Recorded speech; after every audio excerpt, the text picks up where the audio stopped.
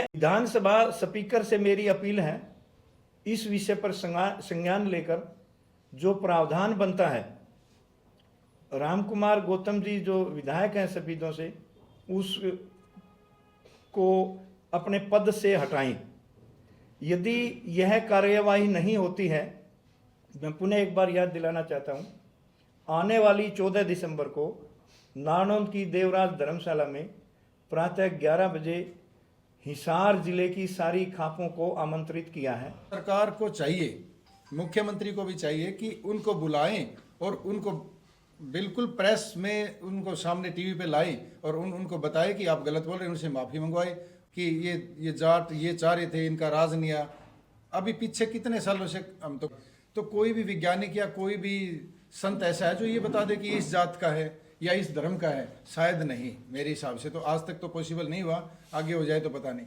हम तो ये कहना चाहेंगे कि अगर इस तरह के अशोभनीय शब्द किसी भी जाति का अगर प्रयोग करे, और वो भी किसी पद पे बैठा आदमी, चयनित आदमी, जो हमारे से चयनित आदमी है, जो एक अच्छी जगह पे पोस्ट पे बैठा है, अगर ऐसा आदमी बोले तो वो समाज को क्या दिशा दे रहा है, क्या दशा दे रहा है, ये सोचने की बात है।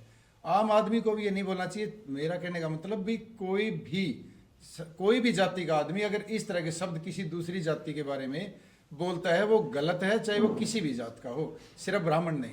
हम सब एक दूसरे के पूरक हैं। हम 36 के 36 बिरादरी एक दूसरे की पूरक है, इनके बिना हमारा काम नहीं चलता। सबके बिना हमें खाती की हमें ज़रूरत है, ब्राह्मण की हमें ज़रूरत है, नाई की हमें ज़रूरत है, तो सबकी ज़रूरत है। किसान की हमें ज़रूरत है, किसान हम हैं ही सभी।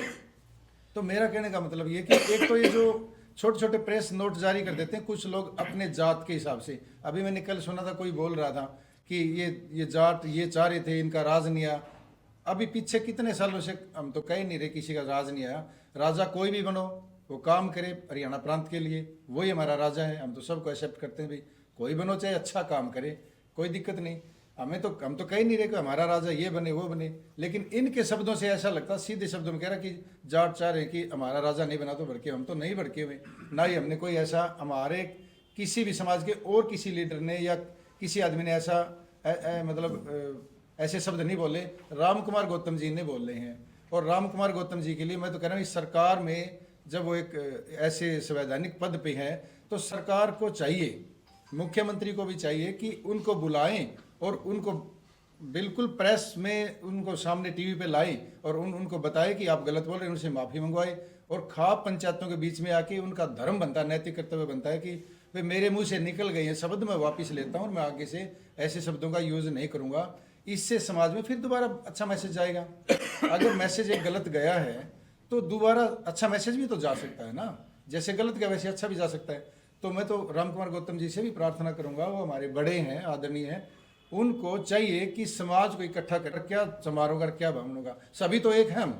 हम तो एक अपने गांव में सभी जातियां हैं, वहाँ पर लड़ मर जाएंगे ऐसे तो करेंगे, तो वहाँ पे तो सांप्रदायिक दंगे हो जाएंगे, हमारा देश किस दिशा में जाएगा ऐसे। ये तो बहुत बुरी बात है, इस पर लगाम लगनी चाहिए।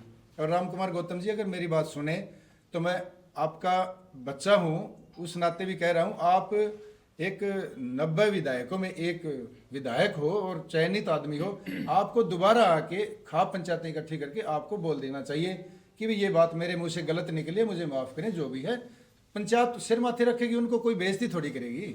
वे वो सोच रहे होंगे कि कुछ कहेंगे, कुछ नहीं कहेंगे, उनको मान लेनी चाहिए। और मैं तो आगे हाथ जोड़ के कहता हूँ कि हमारे जो समाज और भी है जो इस तरह की प्रेस मीडिया में एक सिर्फ जाति को टारगेट करके किसी भी जाति का आदमी किसी भी जाति को टारगेट ना करे, ये कहना चाहता हूँ। जैसे कि हमारे पदाधिकारियों ने बताया है कि 90 विधायकों में सिर्फ एक विधायक ने ये अशोभनीय बातें की है किसी एक समाज के लिए, वो बहुत गलत है, हम उसकी निंदा करते हैं और यही चाहते हैं कि आगे ऐसा कुछ ना हो। तो इसके लिए पहले तो अपने यहाँ सभी खाप के सामने जाके माफ़ी मांगे, और सरकार से अगर वो ऐसा कुछ नहीं करते हैं तो हम सरकार से भी ये दरख्वास्त करते हैं कि उनकी विधायकी रद्द की जाए। क्योंकि अगर वो एक ऐसे पद पे बैठे हुए इंसान ऐसे शब्दों का यूज़ करेंगे तो बाकी जनता क्या करेगी? फिर कहीं ना कहीं जो आज का पीढ़ी चल रही है आज की, वो इन बातों से प्रभावित होगी और वो भी कहीं ना कहीं गलत रास्ते पे निकलेगी इसके इन शब्दों को सुनकर बार बार। तो वो अपने शब्दों के लिए माफ़ी मांगें और हमारी तो यही दरख्वास्त है, और सबको सुख शांति से रहना सिखाएं, क्योंकि बुजुर्ग भी हैं वो हमारे, अगर वही ऐसे बातें करेंगे तो फिर कहीं ना कहीं गलत की तरफ जा रहा है हमारा समाज आज की तरह। सबको मेरा राम राम। जी नमस्कार। मैं विश्व जाट महासभा की तरफ से चैनल के माध्यम से सभी साथियों को इस बात से आगाह करवाना चाहता हूँ, सदियों से जो समाज बना आ रहा है हमारा, वो एक आदमी से नहीं टूट सकता। लोग समझदार हैं, हर वर्ग में समझदार हैं। चलो एक गलत आदमी कोई जबान से निकाल भी देता है, माफ़ भी कर देंगे, ज़्यादा बड़ी बात नहीं है। सभ्य समाज है।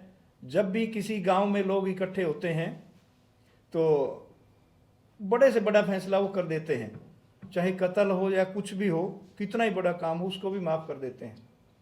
अगर सीधी नीति से राम कुमार गौतम जी जो विधायक हैं सभी से, खापों के सामने या लोगों के सामने आकर अपनी गलती स्वीकार करते हैं तो ये समाज बुरा नहीं है, समाज उनको माफ़ भी कर देगा। और आने वाले समय में हो सकता है उन्हें विधायक दोबारा भी बना दे, चौथी बार भी बना दे, कोई ताजुब की बात नहीं है।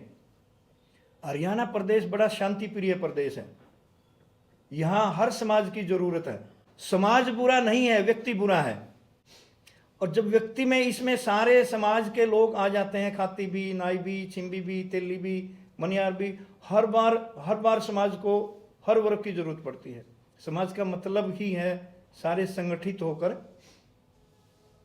इकट्ठे रहें, एक दूसरे का पूरक बने। कालांतर में जब बड़ा आदमी, बुजुर्ग आदमी दूसरे से पूछता था, भाई क्या हाल है, बोले ठीक है, परिवार ठीक है, बोले ना इस चीज़ की कमी है, वह व्यक्ति अनाज की कमी है तो अनाज देता था, कपड़े की कमी है तो कपड़ा देता था, या किसी पशुधन की कमी है तो वह भी दान दे देता था। तो अब जो कुरीति इसमें फैलने का डर है, क्योंकि मैं नौजवान साथियों से अपील करना चाहूँगा कि आजकल ये मोबाइल में जो क्लिप बनाई और वो फेंक दी, वो बड़ी घातक है।